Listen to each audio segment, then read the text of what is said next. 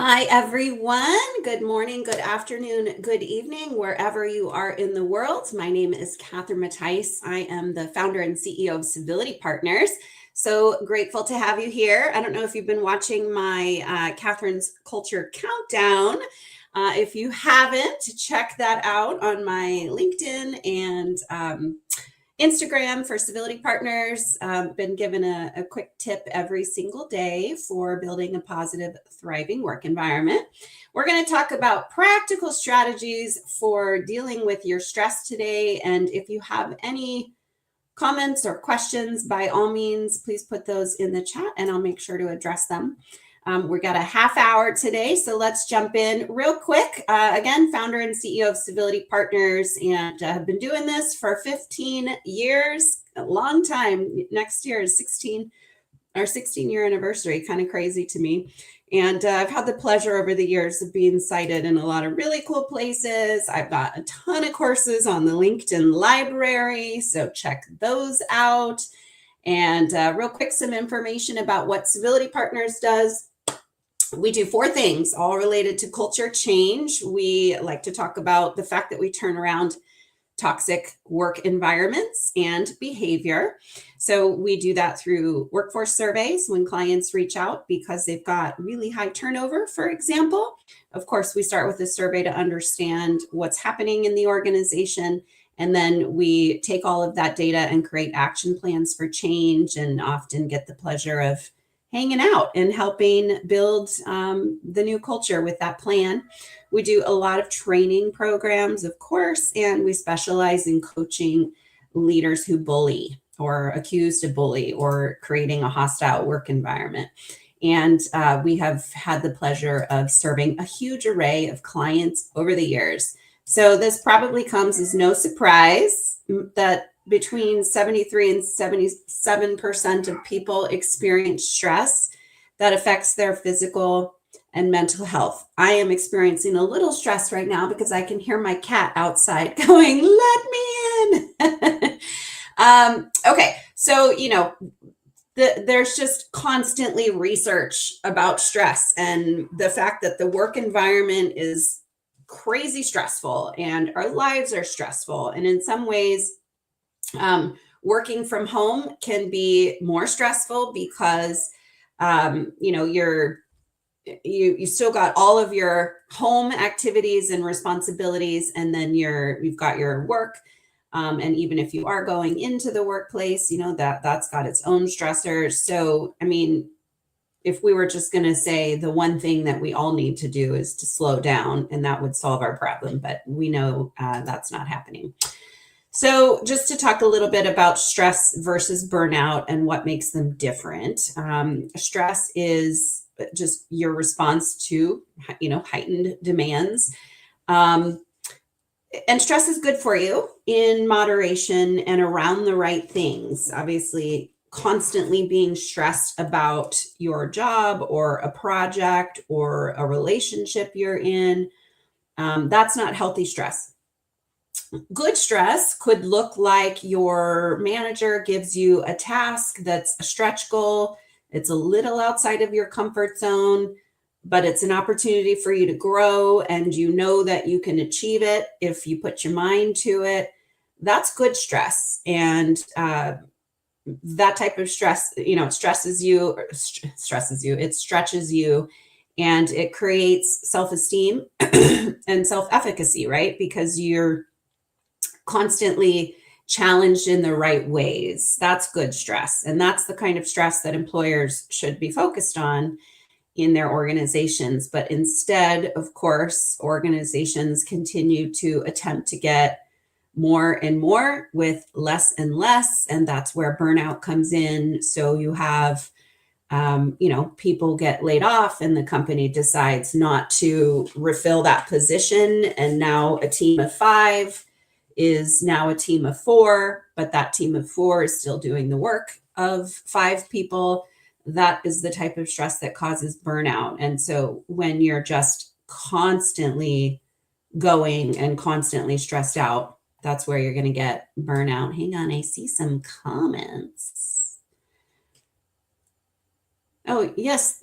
Thanks for that LinkedIn user. Yes, thank you for sharing the info about the credits. So, because we're all probably burned out in some way, shape, or form, this probably looks familiar to you, right? That you're lacking motivation, you're distracted, you're exhausted and overwhelmed all the time. Sometimes I use the metaphor that I feel like I'm kind of rolling around in the waves of the ocean.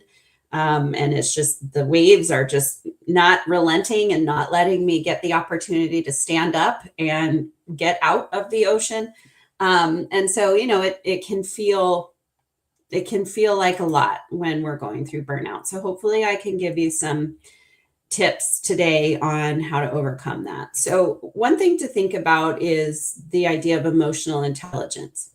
A lot of times we talk about emotional intelligence in the context of relationships at work, right? That emotional intelligence is about your ability to empathize with other people. Um, but it's also about your own emotional capabilities and recognizing your own emotions and managing your own emotions well.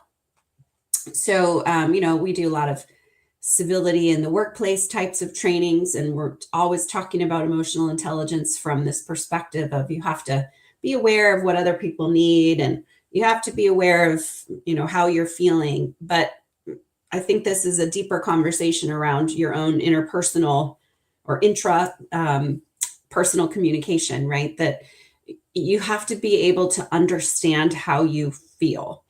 Some of that can come from your ability to describe your emotions to other people well. So, having a large emotional vocabulary can be super important so that if you're speaking to a friend or a partner or a therapist, that if you can describe how you feel in the right ways, that is going to be super helpful for you. So I guess a little tip is to expand your emotion vocabulary in all your free time.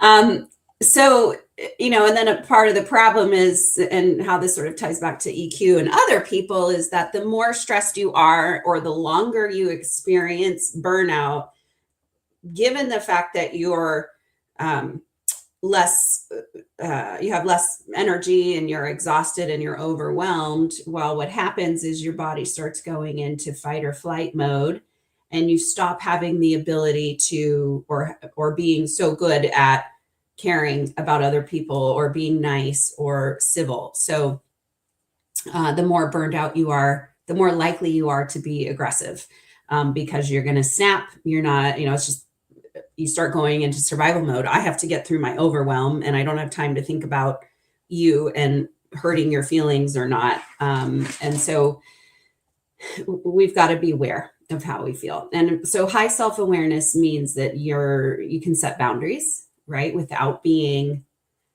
rude about it. It's just, I can't take that on today. Another idea for setting boundaries might be, hey, thanks for letting me know about this task. I can do it, but I would need to drop something else down on my priority list. So if your boss comes to you and says, we need this thing by, Monday, then you can say, all right, well, here's the other 10 things I have to do by Monday. Which thing should this task that you're asking me about replace? So that you're constantly creating a barrier of like, I only have this many hours in the day, and I'm not going to work extra hours to do that extra task. And it's a collaborative conversation. I'm not suggesting you say that to your boss. I'm saying, let them know, here's what's on my plate. What should I take off in order to do this other project? And you have to take personal responsibility for how you're feeling. And that is a big, hard component. So one way to do that is to reframe your internal voice. So, one thing to say is, there's no way I can do this, or my workplace is horrible and they're taking advantage of me, or gosh, I can't catch a break. But what are some better ways to talk to yourself when you're feeling stressed out? I know this is hard because we are trained to have a 9 to 5 job and get paid. And so it's super easy to say my workplace is taking advantage of me, or, I hate working there, or this place is toxic. And you start focusing on all the ways that the employer is hurting you. But in reality, you have control. You have control over those boundaries. You have control over how you talk to yourself about your workplace. You can decide, well, I'm going to, this is horrible. My boss is horrible. I can't catch a break. I hate where I work. And not, and then you're just kind of constantly agreeing to doing things, and the more they're pushing on you, the more you're letting it affect you, and you start looking for signs that confirm what you're thinking about your workplace. So it stops with you. You have to turn it around and say, well, gosh, I've allowed them to push me this far, or I've trained my employer to think that I'm available 14 hours a day, every day, because I've been doing it when they ask. And so you have to take control of that and say, I am not going to work 14 hours anymore, or I'm not going to continue to do the work of a second person who was laid off last year without the pay. And I know that's easier said than done. Jobs pay our bills, but that's the only way you're going to get control of your burnout, is to talk to yourself differently and take ownership for your role in why you're burned out, so that you can take back control and, go from there. Another good tip is just this kind of technique that, and it's interesting. I gotta admit, I personally don't use this tip often. I should use it more.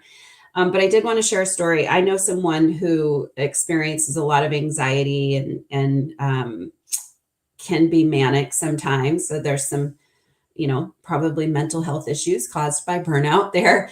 But he was telling me that he uses this technique and it works really great for him. So just to, that's one person's story. But he said that he can feel himself start to get overwhelmed and kind of manic at work, and he will definitely stop. And he's like, there's just something about taking in my environment, and it helps me get a little more clarity. So he said, he'll start, you can rub your hands together, for example, and just kind of like, okay, I feel that. That's good. And then he said he'll, put his feet down on the floor, and it's like, okay, I'm grounded. Here's the floor. Let me feel my chair. What do I hear?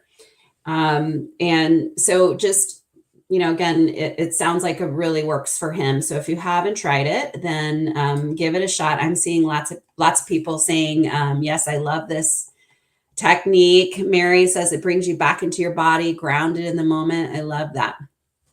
Let's see. One user says, I don't like each boss delegating and then I'm stuck in the middle. Yeah, so it says LinkedIn user, so I'm sorry I can't see your name.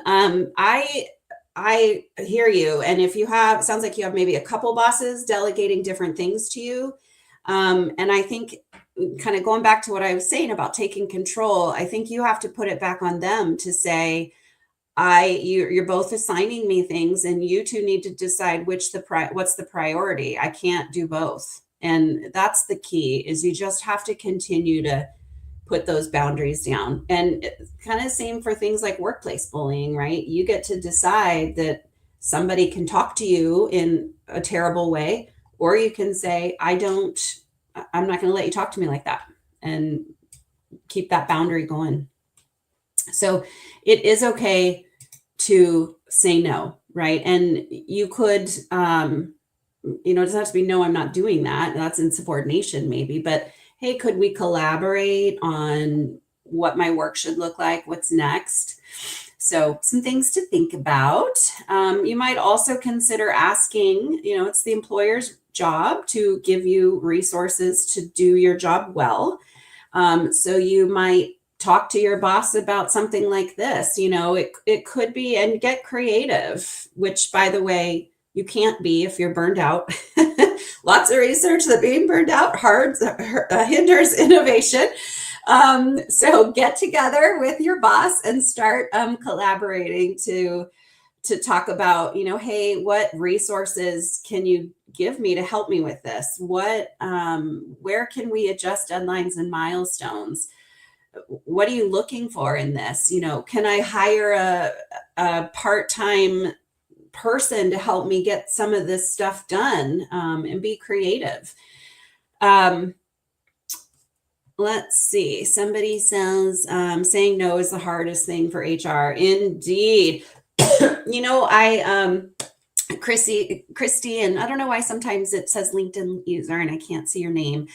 I know. And a lot of times when I do webinars for, HR, I get lots of comments in the chat about how it feels like a thankless job, and HR is always putting out fires, and there's so much to keep track of in HR. And often, because HR isn't necessarily seen as a strategic partner, you're not given the resources you need to do all the things you want to do. So yeah, I hear you on that. Someone says sometimes the boss doesn't listen to the suggestions. Yeah, and you know what? I'll say this about that. Sometimes you have to consider that making a suggestion once won't work, right? So thinking about something like sales, when they say it takes 7 touches before you even get somebody's attention. So considering that your suggestions sometimes have to be brought up over and over again in the right ways and in different ways. So you may offer a suggestion in a conversation, and then you follow up with an email, and then you mention it at a team meeting, and it may be a long game to get your suggestions heard. But that's one tip there. Something else to think about for my HR folks, and here's, this is what makes HR hard, right? Culture is important, and unless your CEO is willing to give you the resources to address culture, it's going to be a tough gig to get to be able to do all the things you want to do.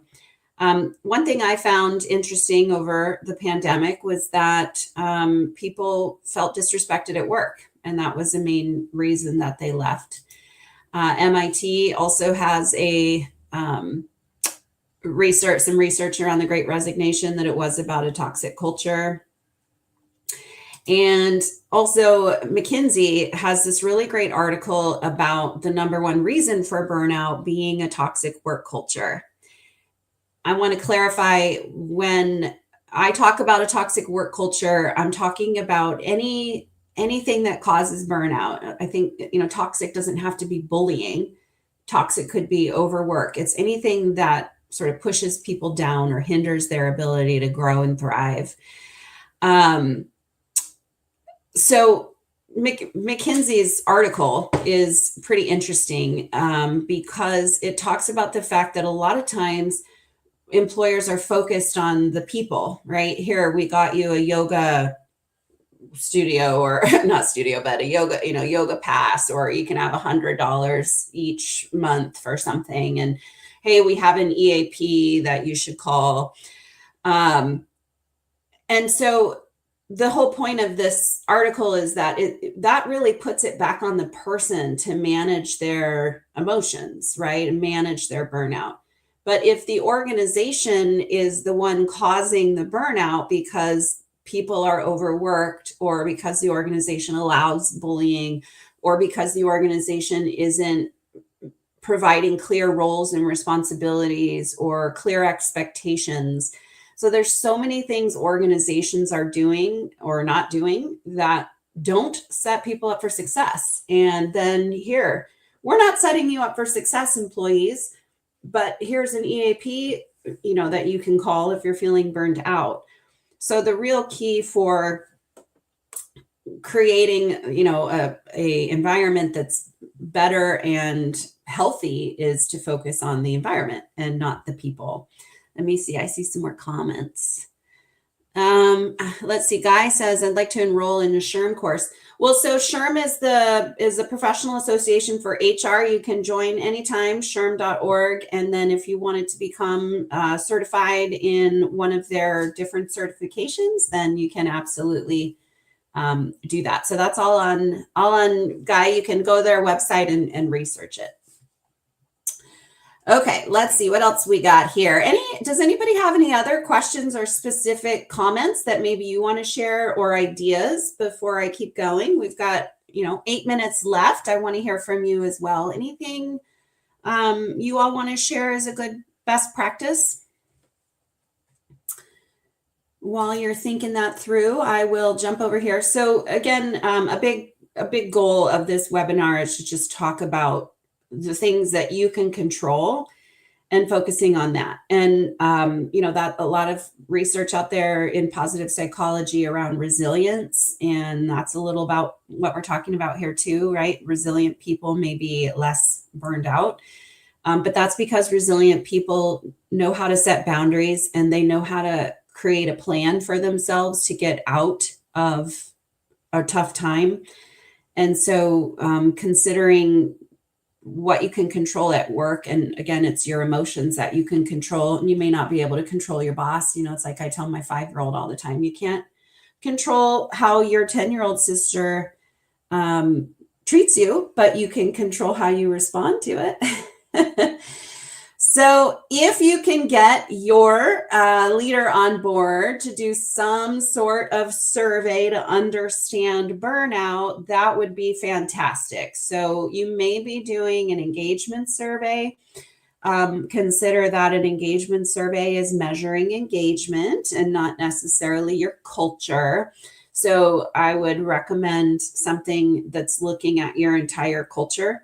So for example, our climate assessment looks at engagement, job satisfaction, internal communication processes, which of course, if they're not working well, cause stress. It looks at psychological safety and inclusivity, and it looks at relationships within the organization, or, interpersonal relationships within teams.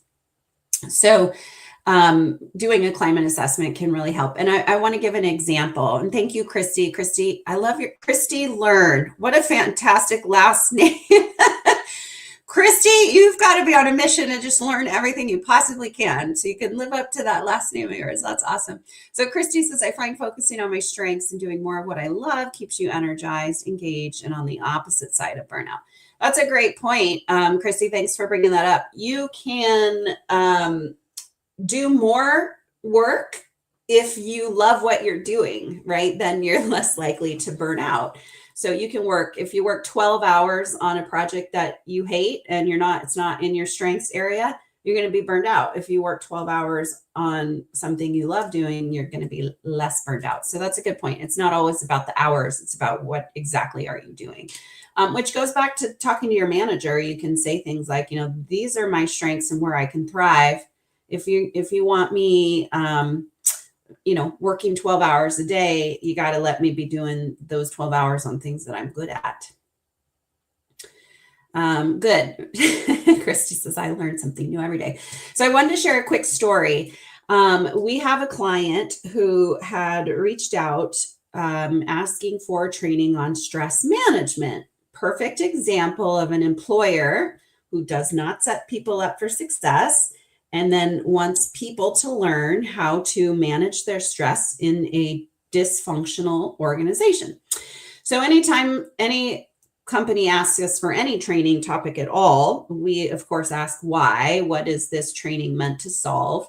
And so through those conversations, it was pretty clear that stress management was not the problem that needed to be solved. It was looking at the organization and what's causing people to be stressed. They had a 52% turnover rate. Obviously, something's wrong.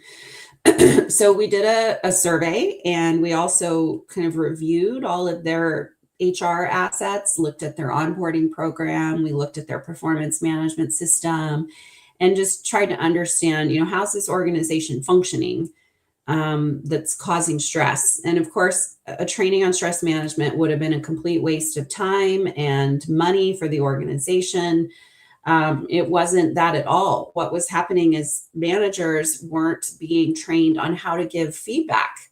And their performance management system consisted of a Excel sheet with a couple quota numbers on there, and that's all people were being measured on.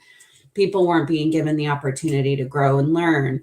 So there were so many things that this organization could do differently that would minimize stress and their turnover. So after doing all of that, now we're doing some training programs we're doing cohort programs for the leaders and managers to help them understand how to give good feedback and collaborate with their teams versus ordering them around.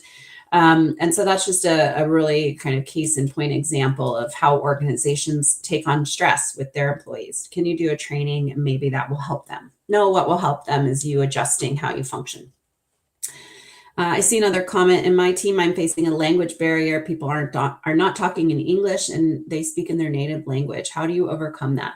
Oh, I'm sorry to hear that. I would definitely ask people or talk to them about it and just kind of let them know, like, hey, when you guys talk in another language and I don't understand and I'm right here next to you, I feel excluded. Is there anything we can do? And so you always want to approach conversations like that in a collaborative way, and just kind of let them know the impact of their behavior. And they probably don't realize that it's causing you some hurt.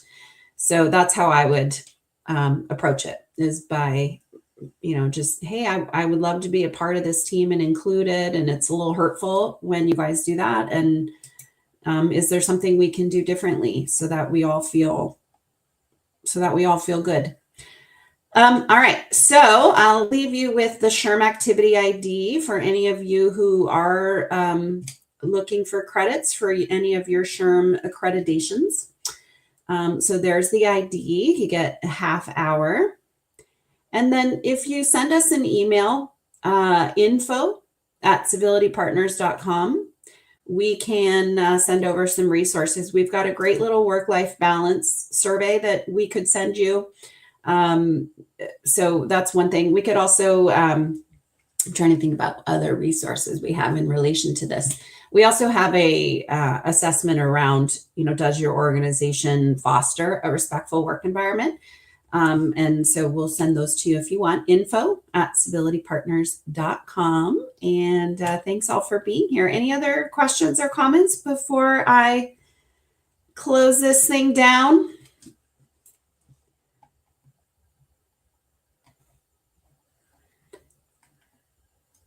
All right. Well, thank you all for joining me today. Have a great week and weekend, and we'll see you on the next one.